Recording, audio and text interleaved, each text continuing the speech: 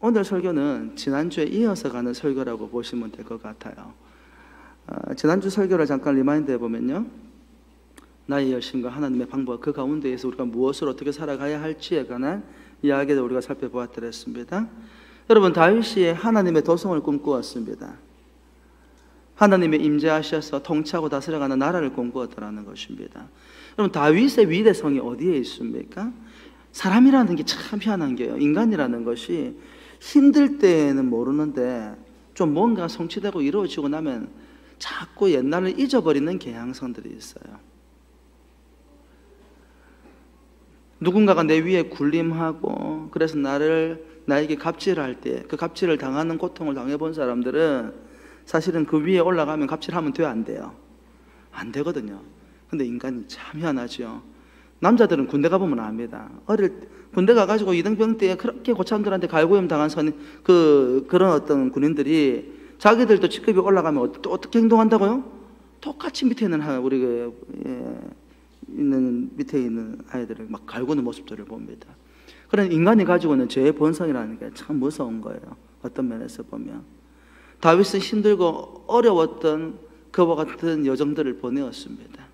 그리고 하나님께서 때가 되면 그를 높이시고 세워주셔서 인간적으로 볼 때에는 더할 나위 없는 성공적인 삶을 이제 살아가게 됩니다. 그쯤 되면 자신의 삶을 들여다보면서 만족스러워할 수도 있겠고, 앞으로 내가 어떻게 살아가야 될지 자신의 눈앞에 보이는 펼쳐진 미래를 향해 청사진을 그려가면서 그런 것들을 고민할 법도 한데, 그럼 다윗의 놀라운 점은 무엇이냐면 하나님께서 그를 세워주시면 세워주실수록 다윗은 누구를 더 하나님을 깊이 기억하는 사람이더라는 것입니다.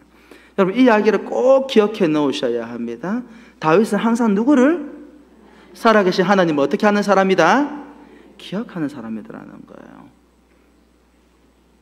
그가 왕궁에 들어와가지고 왕으로 지냈는데 그 마음 가운데에 하나님에 대한 감사와 기쁨이 넘치는데, 그럼에도 불구하고 그가 제일 먼저 떠올렸던 것은 하나님의 법궤가 여전히 기럇야림에 있는 아비나답의 집에 머물러 있더라는 것입니다. 지난 시간에도 살펴보았습니다만 왜 그 법궤가 아비나답의 집에 있죠? 여러분, 인간이 가지고 있는 악함의 소치입니다. 평소 때 하나님을 찾지도 아니하고 하나님을 예배하지도 아니하던 이스라엘 사람들이 블레셋과의 전쟁에서 어려움을 겪으니까 그 블레셋과의 전쟁을 이기고자 하는 인간적인 목적을 가지고 하나님의 법궤를 앞에 내세웠더라는 것입니다. 여러분, 신앙생활은 항상 같아야 합니다. 가난할 때든 부할 때든, 건강할 때든 건강하지 않을 때든, 일이 잘 풀릴 때든 일이 잘 풀리지 않을 때든 살아계신 하나님을 바라보는 것이 신앙입니다. 할렐루야. 근데 이스라엘 사람들은 그러지 않았어요. 하나님께서 법궤를 앞세워 요단강을 건너가게 하시고 여리고성을 무너뜨리시고 그리고 가나안 땅을 정복하게 할 때에는 하나님을 바라보다가 자신들의 삶이 좀 나아지니까 하나님을 기억하지 아니하더라는 것입니다. 잊어버리더라는 거예요. 그러다가 어려운 일만 생기면 어떻게 해요? 또 쪼르르 하나님 앞에 쫓아오더라는 거예요. 누구 모습 같아요? 저 여러분 모습 같지 않습니까? 그렇게 하면 하나님이 도와줄 줄 알고 법궤를 앞세워가지고 블레셋과 전쟁을 치르러 갔는데 엄청난 수의 이스라엘 군대가 대패를 당하게 되고 생명을 빼앗기게 되어지고, 심지어는 법궤까지도 블레셋에 빼앗기는 상황이 벌어지더라는 것입니다. 블레셋 사람들이 교만했습니다. 전쟁이 이기고 난 다음에 우리가 믿는 신이, 우리의 군사력이 우리가 너희들보다 더 위대한 나라고, 우리가 믿는 신이 너희들의 신보다도 더 위대한 신이다, 그래가지고 법궤를 다곤 신상 앞에 던져 놓았는데 아니었지요. 우리 하나님의 능력이 모자라서 이스라엘 백성들이 진 것이거나 법궤를 빼앗긴 것이 아니었어요. 하나님은 인간에게 만홀히 여김을 당하시는 분이 아니십니다. 인간에 의해서 이용을 당하거나 수단으로 전락되는 분이 아니라는 거예요. 여러분, 이 사실을 꼭 기억하셔야 돼요. 이걸 꼭 기억하셔야 됩니다. 법궤를 빼앗아 갔더니 무슨 일이 벌어졌습니까? 자신들의 신이 대단해서 이긴 줄 알았던 블레셋의 재앙이 닥쳐오기 시작을 했지요. 감당이 안 될 정도로 엄청난 재앙들이 몰려오는데 견딜 수가 없어가지고 결국 속아끄는 수레에다가 실어가지고 아비나답의 집으로 보냈던 거 아닙니까? 근데 무슨 일이 벌어졌어요? 그러고도 70년 동안이나 누구도 그 법궤를 찾으려고 생각하지 않더라는 것입니다. 그때 누가 이스라엘의 왕이 되었던 다윗이 법궤를 기억했다라는 거예요. 왜요? 내가 통치하는 나라, 내가 다스려가는 나라가 아니라 누가 하나님이 통치하고 다스려가는 위대한 도성 임마누엘의 하나님을 꿈을 꾸었다라는 거예요. 할렐루야. 그래서 법궤를 모셔오기로 하였다 이 말입니다. 근데 문제는 무엇입니까? 하나님에 대한 갈망도 컸고 열정도 컸지만 다윗이 그 열정과 열망으로 인하여서 잊어버린 게 있더라는 거예요. 뭘 잊어버렸어요? 한 번도 잊어버리지 아니하고 하나님께 나아가서 하나님의 뜻을 구하였던 다윗이 자신의 열정이 앞서가다 보니까 하나님께 묻지 않더라는 거예요. 여러분, 신앙생활에 굉장히 중요한 원리를 지난주에 보았죠. 무엇입니까? 아무리 하나님을 사랑하고 아무리 뜨거운 열정이 넘쳐도 하나님보다 우리가 앞서가면 안 됩니다. 우리는 하나님의 발자취를 쫓아 따라가는 인생이 되어져야 한다 이 말입니다. 그 길이 아무리 힘들고 어려워 보여도 하나님의 발자취를 쫓아 묵묵히 그 길을 뒤따라가 보면 그 끝에 뭐가 기다리고 있는 거예요? 높이시고 세우시는 하나님의 은혜가 기다리고 있다 이 말입니다. 다윗이 거기에서 실패한 거예요. 다윗이 하나님을 사랑하지 않은 것이 아닙니다. 하나님을 너무나 뜨겁게 사랑했어요. 하나님이 통치하고 다스리는 그 나라를 갈망했어요.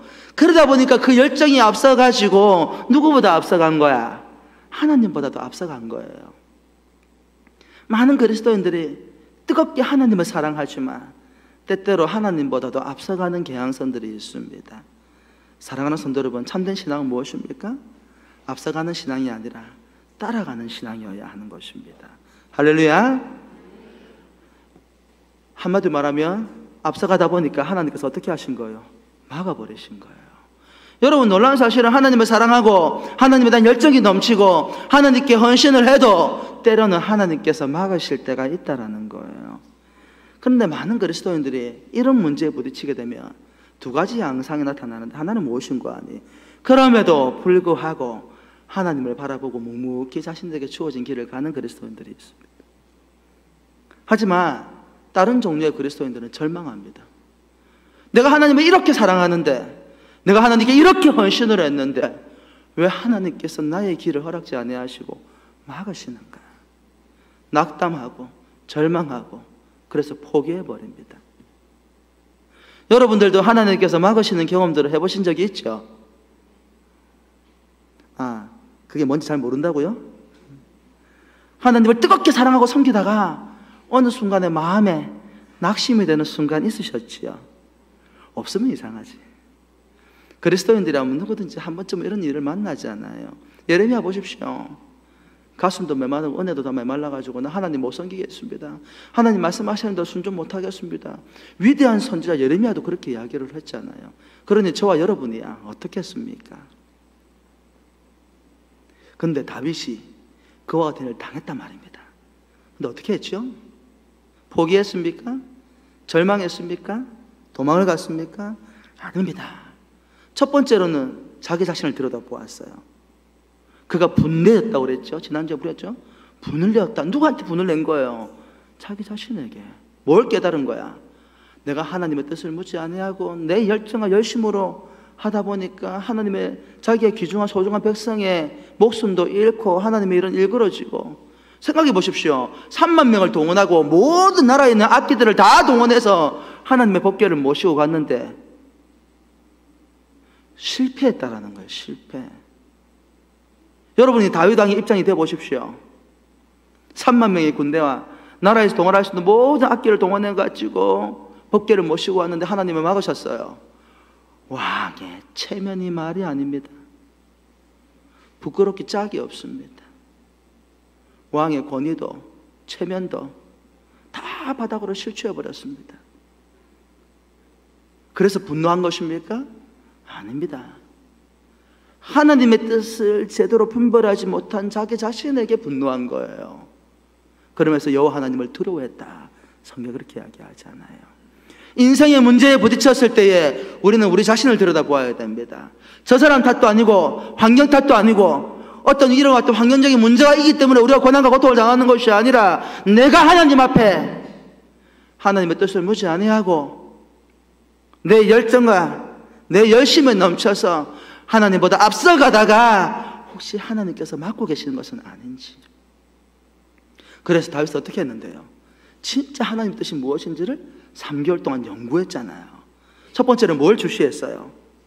임시로 오벳 에돔의 집에다가 법궤를 모셔놓고 하나님께서 오벳 에돔의 집을 어떻게 하시는지, 아비나답의 집에서 모셔오는 그 자체가 잘못됐다고 한다면 오벳 에돔의 집에서 모셨을 때 오벳 에돔의 집이 문제가 생기겠죠? 3개월 동안 지켜봅니다. 근데 하나님께서 어떻게 하셨지요? 오벳 에돔의 집을 축복해 주시더라는 거예요. 하나님이 우리의 인생에 머물러 있는 것만으로도 복입니다. 할렐루야. 예수님, 하나님께서 우리를 주님 예수님을 보내주셨고 하나님의 은혜로 예수 그리스도를 믿게 해주셨습니다. 여러분 예수님 믿으십니까? 여러분 이미 복받은 사람이에요. 하나님이 우리의 인생에 머물러 계신다라는 것, 그 자체가 복입니다. 그러니 모시고 오는 게 잘못된 것은 아니야. 그럼 3개월 동안 뭐 했을까요? 무엇 때문에 하나님께서 나의 헌신과 우리의 헌신을 거절하셨는지를 묵히 지켜보고 살펴보고 연구했다라는 거예요. 낙담하고 절망하고 다투고 분쟁하기보다도 진짜 하나님께서 원하시는 뜻이 무엇인지를 살펴보더라는 거예요. 율법을 살펴보고 종교 지도자들을 모셔서 무엇이 잘못됐는지를 살펴보았다라는 거예요. 그리고 답을 찾았어요. 모셔오는 게 잘못된 것이 아니라 모셔오는 방법이 잘못됐다라는 거예요. 여러분 때때로 우리가 하나님을 섬기는 방식이 잘못될 때가 있습니다. 이걸 인정해야 돼요. 내가 하나님을 사랑하니까, 내가 하나님을 기뻐하니까 하나님께서 나의 헌신과 나의 섬김을 무조건 받으셔야 해?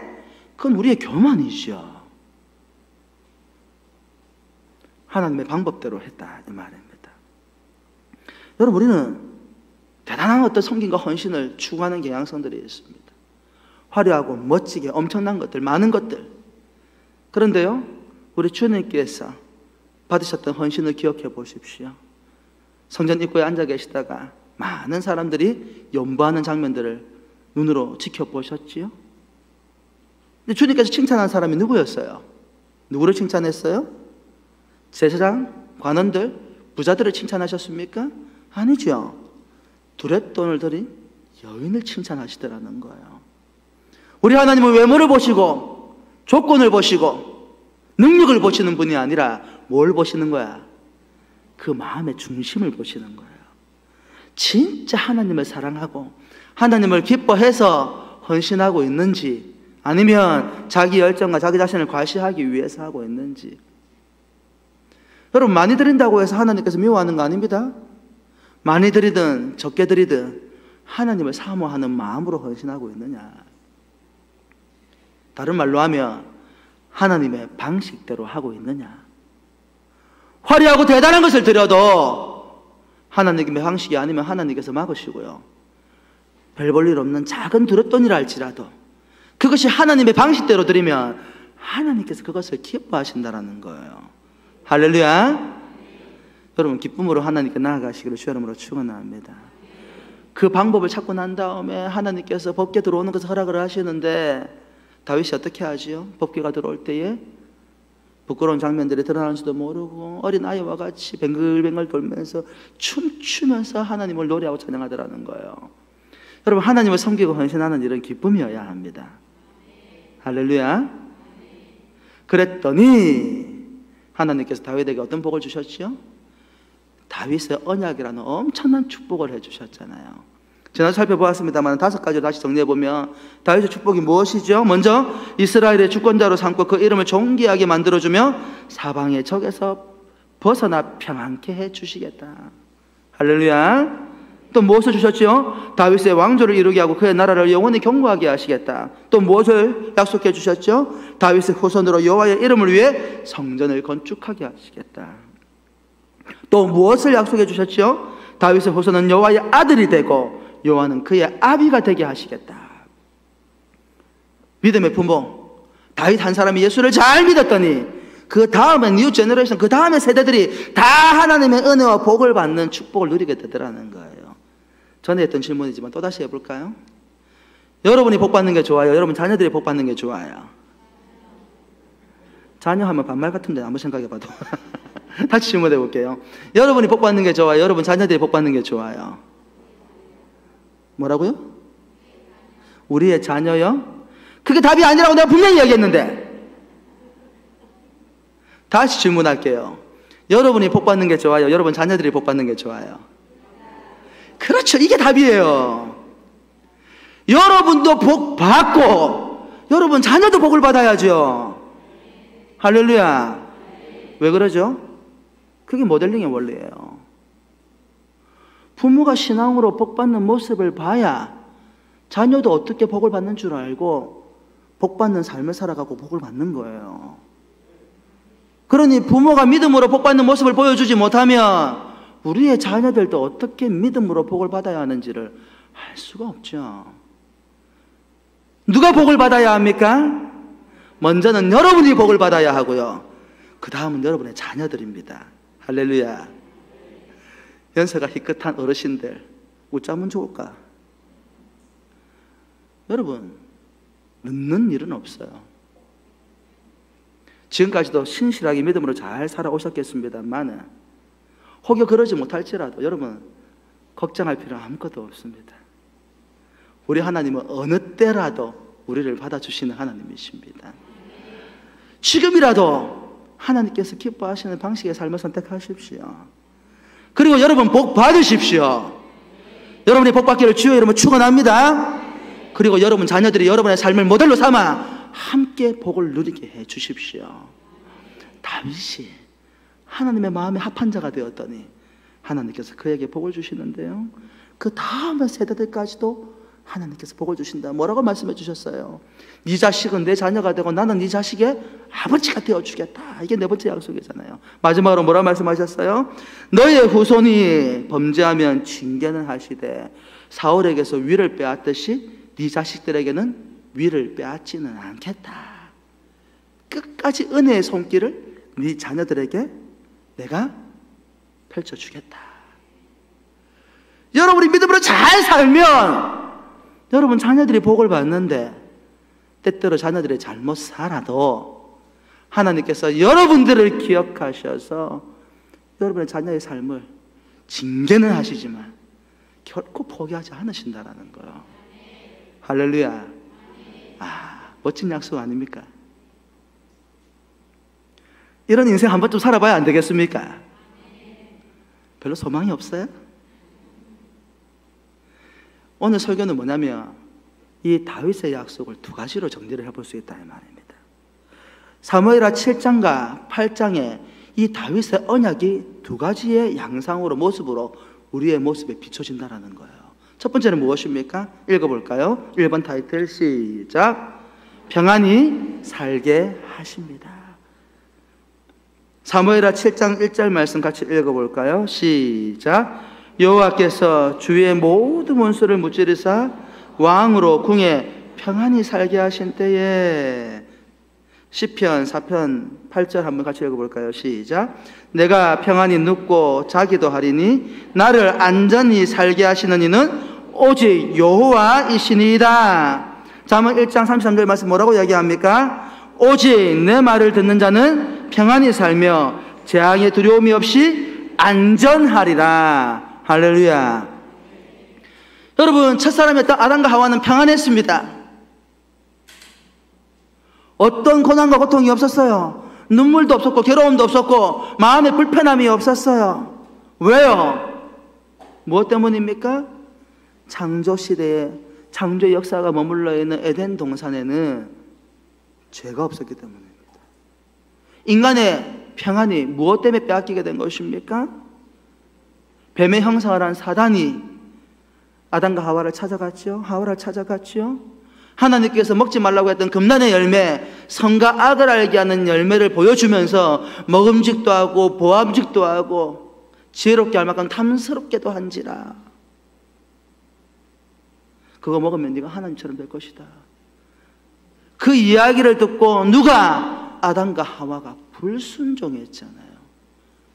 여러분, 인간이 가지고 있는 모든 고난과 고통의 출발점은 불순종입니다. 하나님 말씀 앞에 형편이 어려워가지고 어쩔 수 없어서 따라갈 만한 형편이 못 돼서 말씀대로 순종하지 못한 거예요? 여러분, 그러면 이 땅에 살아가는 많은 그리스도인들이 만약 혹시 여러분들이 그런 선택을 하신다고 한다면 그 불순종의 영향력을 너무 간과하는 거예요. 지금 저와 여러분들이 왜 이 시대에 이와 같은 고난과 고통, 질병을 두려워하고 수재를 두려워하고 삶의 문제들 인하여서 어떻게 살아갈지를 염려하고 고통받고 살아갔는데요? 단순합니다. 아담과 하와가 하나님 말씀에 불순종하여 금하신 선과 악을 알게 하는 나무 열매를 따먹어 버렸다는 거예요. 죄는 언제 나타나느냐? 불순종 그 다음에 죄가 나타납니다. 불순종은 반드시 우리의 인생을 죄의 길로 이끌어갑니다. 불순종하고 따먹은 결과 죄가 들어왔죠. 여러분, 고통이 무엇인지 모르고 괴로움이 무엇인 줄 모르고 평안히 살던 그들의 인생 가운데 선과 악을 알게 하는 나무 열매를 따먹는 순간 제일 먼저 알게 된 게 뭐예요? 수치와 두려움이었습니다. 벌거벗었다라는 수치심, 그리고 하나님을 두려워하는 마음. 삶의 환경들이 다 두려움으로 우리의 인생 가운데 몰려오더라는 거예요. 여러분, 놀라운 사실은 무엇입니까? 다윗이 하나님께로부터 부름받고 난 이후로부터 해서 하나님 마음을 바라보며 하나님께서 요구하는 방식대로 순종하며 살아갔습니다. 물론 때로는 낙담하여 불순종하는 순간이 없는 것은 아니었습니다만, 그러나 저의 전체적인 인생을 돌이켜볼 때에 다윗은 하나님 마음에 합한 사람이었다는 거예요. 하나님 마음에 합하다는 말의 표현이 무엇입니까? 다윗이 한결같이 하나님을 바라보면서 말씀에 순종하는 삶을 살았다는 거예요. 그 결과가 무엇입니까?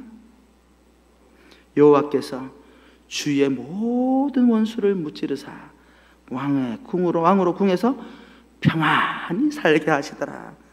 이 평안이라는 단어가 무엇입니까? 샬롬, 할렐루야. 우리의 진정한 평안은 우리의 애씀과 노력함에 있는 것이 아닙니다. 열심히 노력해서 공부를 잘할 수는 있는데 코로나 질병을 막지는 못하잖아요. 열심히 노력해서 좋은 직장에 취업은 할 수 있는데 홍수같이 내리는 비를 막을 수는 없잖아요. 여러분, 이것이 인간의 연약함입니다. 하나님께서 질병과 재해를 통해서 지금 저와 여러분들에게 보여주고 있지 않습니까? 우리의 연약함과 무능력함. 그래서 하나님께서 우리에게 방법을 가르쳐주고 있지 않습니까? 너희가 누릴 수 있는 참된 평안이 어떻게 주어지는 줄 아니? 어떻게 주어지는 것입니까? 내가 평안히 눕고 자기로 하더니 나를 안전히 살게 하시는 이는 오직 여호와 하나님이시다. 잠언 1장 33절에 뭐라 말씀하십니까?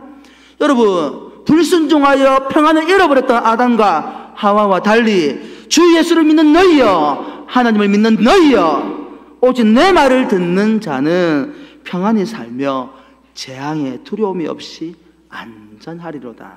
할렐루야. 아무리 조심해도 코로나에 걸릴 수 있습니다. 그러나 하나님께서 막아주시면 절대 우리의 인생 가운데 질병이 틈타지 못합니다. 할렐루야. 다윗이 하나님을 바라보고 믿음으로 살았더니 주신 복이 무엇입니까? 샬롬. 좋은 집에 살 수 있고 은행에 잔고를 잔뜩 쌓아놓고 살 수 있고 건강할 수 있고 좋은 차를 타고 다닐 수 있지만 그럼에도 불구하고 우리는 불안할 수 있습니다. 제가 제 제자가 공황장애에 걸려가지고 제가 보건병원에 진료를 데려간 적이 있었어요. 참 희한한 시대입니다. 여러분, 감기 걸려요, 안 걸려요? 감기 걸리는 거 막을 수 있어요, 없어요? 못 막지요. 감기에 걸리듯이 우울증이나 공황장애나 심리적인 기저질환들은 언제든지 우리가 걸릴 수 있습니다. 근데 이런 데에 대한 기본적인 상식이 없다 보니까 무슨 일이 벌어지냐면 정신과에서 진료받고 치료받으면 정신병자 취급을 받아요. 제 제자가 자기 스스로 찾아왔어요. 몸에 이상이 있어가지고 병원을 쫓아다니는데 아무리 병원을 여기저기 바꿔가면 치료를 받아도 치료가 안 되는 거예요. 그러다가 주례에 있는 뭐 병원을 갔는데 아무래도 심리적인 원인이 있는 것 같다 그래가지고 정신과에서 진료를 한번 받아보라고 해서 받았더니 공황장애 판정을 받은 거예요.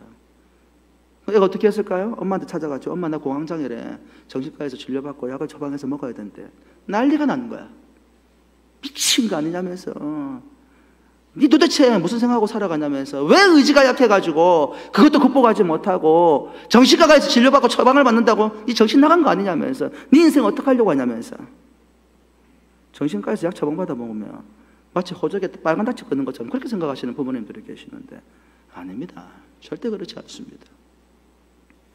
공황장애든 우울증이든 초기에 발견하면 100% 나아요. 문제가 뭐냐? 그런 식의 사고방식을 가지고 있는 부분들과 부모님들과 가족들 때문에 그게 오래 가다 보니까 마음의 병이 깊어져 가지고 여러분 중증도로 넘어가게 되어지면 치료 안 됩니다.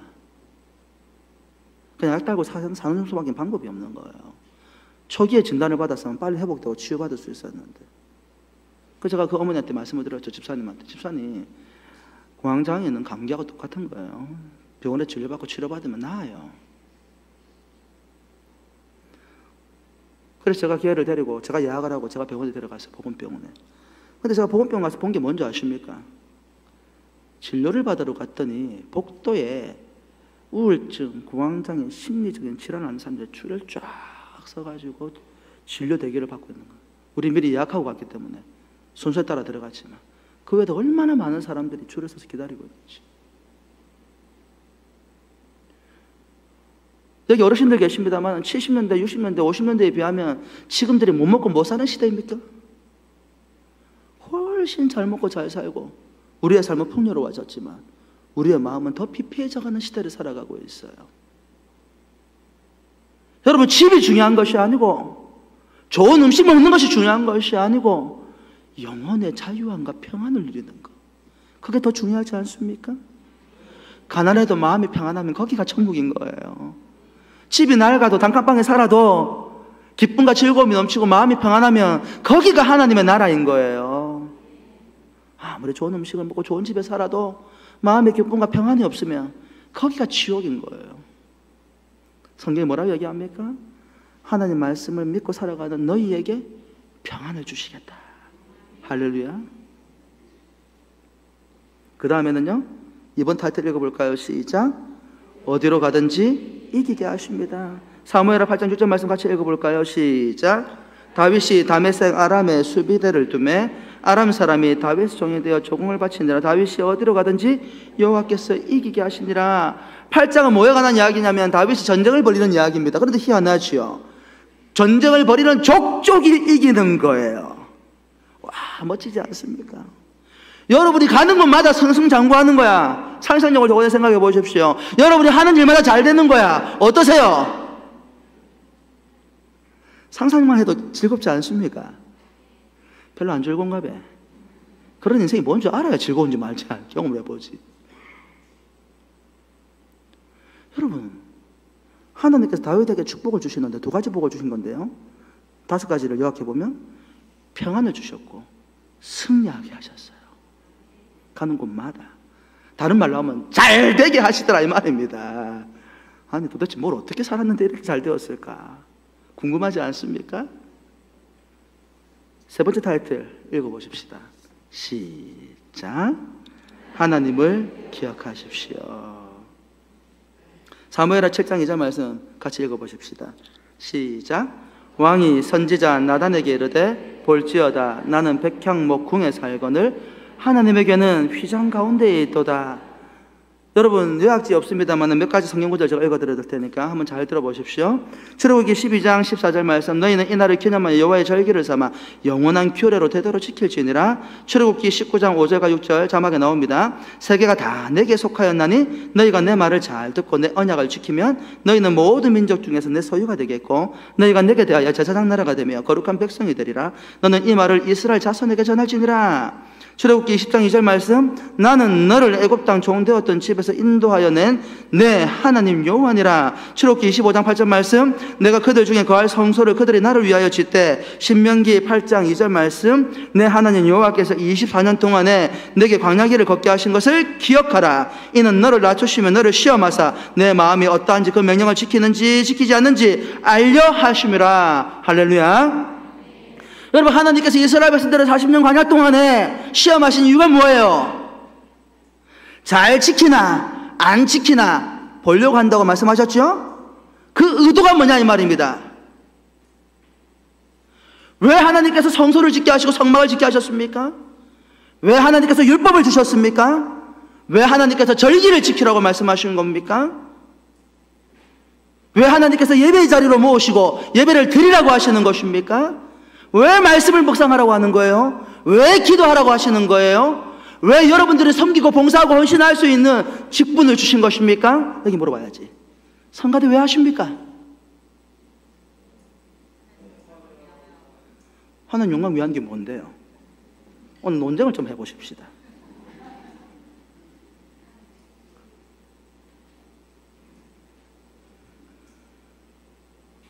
스트링은 왜 하십니까? 그런 거 묻지 마세요는 표정을 절 쳐다보지 마시고요. 여러분, 왜 직분 받으셨어요? 하나님 영광이요? 뭐가 하나님 영광인데 그러면요? 여러분, 신앙은 본질적인 것이 중요합니다. 신앙생활에 비본질적인 것과 본질적인 게 있어요. 그럼 본질은 뭐고 비본질은 뭔데? 하나님께서 왜 이런 것들을 우리에게 명령하시는 거죠? 여러분, 말씀을 지키고 살아가는 거 힘들어요, 안 힘들어요? 힘들잖아요. 근데 왜 지키고 살아가라고 우리에게 말씀하시냐 말이에요. 복 주시려고요? 그게 본질이에요? 아니요. 복은 비본질이에요. 무엇 때문에? 따라 하십시다. 나를 기억하라. 하나님을 기억하라는 거예요. 율법을 지키는 것이 하나님의 일을 기억하는 거예요. 하나님이 나의 창조주이시고 나의 주권자이시며 내 인생에 필요한 것들을 모든 것을 공급해 주시는 분이 누구라는 거예요? 하나님 기억하는 거예요. 절기를 왜 지키는 거예요? 너를 구원한 자가 누구냐? 바로 너의 주 여호와 하나님이시라는 거예요. 왜 예배를 드리는 거예요? 이 예배를 통해서 은혜를 베푸시고 너희의 삶을 인도하시는 분이 도대체 누구냐? 하나님이시라는 거예요. 하나님께서 이스라엘 백성들을 왜 40년 광야를 지나가게 하신 것입니까? 하나님께서 왜 다윗을 10년 동안이나 광야에서 고난과 고통과 고초를 겪게 하신 것입니까? 왜 하나님께서 여러분의 인생을 하나님이 꿈꾸고 여러분이 꿈꾸고 소망하는 길이 아니라 고난과 고통 가운데에서 그 여정을 걸어가게 하고 계시는 것입니까? 성경이 뭐라고 이야기하죠? 불시험을 통하여서 너희의 신앙이 지푸라기 신앙인지 나무 신앙인지 동인지 은인지 금인지 내가 분석해내겠다. 끝까지 남아있는 신앙만이 뭐라는 거예요? 참된 신앙이라는 거예요. 고난과 고통은 우리의 정체성이 무엇인지 우리가 믿는 대상이 누구인지를 보여주는 하나님의 시험입니다. 고난과 고통 가운데에서도 하나님을 기억하고 하나님의 말씀대로 순종하여 믿음으로 나아가며 그 테스트가 끝나고 난 다음에 잘하였다, 착하고 충성된 종아, 평안을 주시고 승리하게 하시더라 이 말이에요. 다윗이 왜 하나님이 주시는 평안과 하나님마다 승승장구하는 은혜의 복을 누리게 된 것입니까? 그는 모든 순간에 하나님을 기억하였다라는 거예요. 하나님을 기억했다는 말이 무슨 말입니까? 하나님께서 왜 내 인생을 부르셨는지, 무엇을 위해 나를 살아가게 하시는지, 어디를 향해 나를 가게 하시는지 항상 하나님의 뜻을 구했다라는 거예요. 여러분에게 질문 한번 던져볼까요? 한 주간 살아오시면서 여러분 하나님을 기억하고 사셨습니까? 아침에 일어나서 기도하고 저녁에 하루를 마무리할 때 기도를 하는데 나의 온종일 온 하루가 하나님을 기억하고 살아가는 인생이냐 이 말입니다. 여러분, 예배하는 삶이 뭡니까? 여기에 삶은 예배 드렸다고 하나님께서 우리를 축복하시는 것이 아니고 우리의 삶 자체가 하나님 기뻐하시는 예배자의 삶을 살아갈 때에 하나님께서 여러분의 인생을 평안케 하시고 축복해 주시는 거예요. 할렐루야. 그럼 그런 삶이 도대체 뭔데요? 매 순간 매분 매초 하나님을 기억하고 하나님의 뜻을 구하며 믿음으로 살아가는 거예요. 다윗이 그래서 복받은 거예요. 비본질적인 거, 복받기 위해서 신앙생활을 하는 것이 아니고 하나님을 먼저 기억하는 거, 그게 참된 신앙이라는 것입니다. 사랑하는 우리 은한교회 성도 여러분, 하나님을 기억하십시오. 코로나 질병 가운데에서도, 재해 가운데에서도, 여러분이 만나고 있는 인생의 문제 앞에서도 눈앞에 있는 현실이 아니라 그 현실을 뚫고 통치하시고 다스려 가시는 하나님이 살아계심을 기억하시기를 주의 이름으로 축원합니다. 디모데후서 2장 8절 말씀 같이 읽어볼까요? 한 목소리로 시작. 내가 전한 복음대로 다윗의 씨로 죽은 자 가운데서 다시 살아나신 예수 그리스도를 기억하라. 기억하라. 누구를? 죄 가운데에서 우리를 건져내신 예수 그리스도를 기억하라. 그리스도를 기억하고 살아가며 하나님께서 여러분에게 샬롬, 에이레네 평안을 주시고 여러분 하는 일마다 승리케 하실 것입니다. 이 은혜를 누리시기를 주의 이름으로 축원합니다. 기도합시다.